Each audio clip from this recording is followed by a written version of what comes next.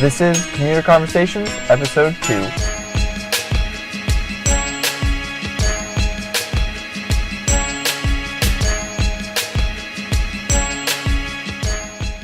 Hello and welcome to Commuter Conversations.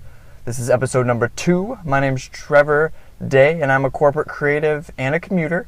And my goal with this show is really threefold. The first is so I can connect with people and really get to know them on their commute. The second is so you can connect with these people. And the third is so that we can all pursue and really figure out our goals and how to move forward with them.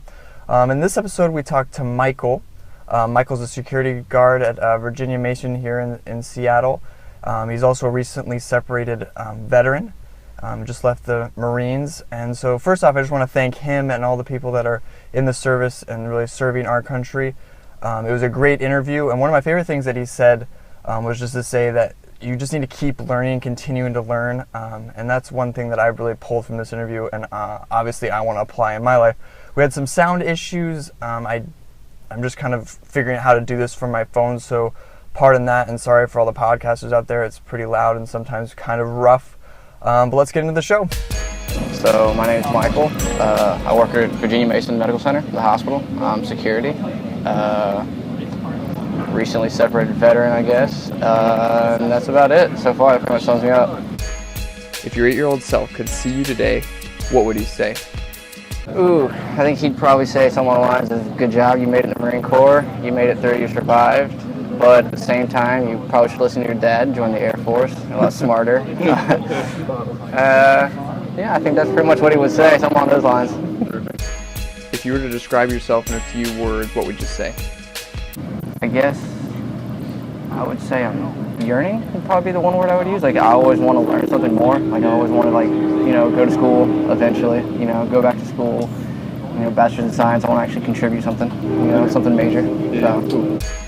If you could call yourself 5 years ago and give yourself advice, what would you say? Don't join the Marine Corps. That'd be my best bet advice. So, it was great, it was fun, but I could have done without it. Yeah. Did you get deployed or were you? I mean, we went to Japan. That was it, yeah. But it was it's not worth the stress. What is the best piece of advice you've ever given? I don't know what famous guy said it, but I know my dad told me probably a million times. It was just never stop learning, never stop pushing yourself, and he always said make good decisions. And so that's pretty much since the time I was 16 he started telling me that, and it's pretty well stuck. Cool. So. And how are you kind of implementing that now? I always try and think things through. I don't act on impulse. I'll stop, think about what I'm doing, what's going on, and then I'll act. If you could wave a magic wand and do anything, what would it be?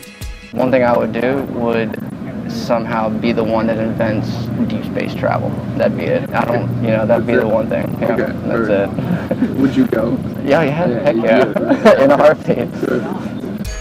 If you knew you were going to die 1 year from today, what would you do and how would you want to be remembered?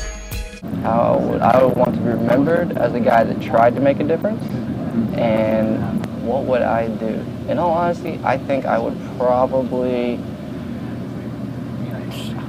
go to Iraq and fight ISIS. Yeah. That's what I would do. That's probably the most pressing matter we got. Yeah, that's what I would do.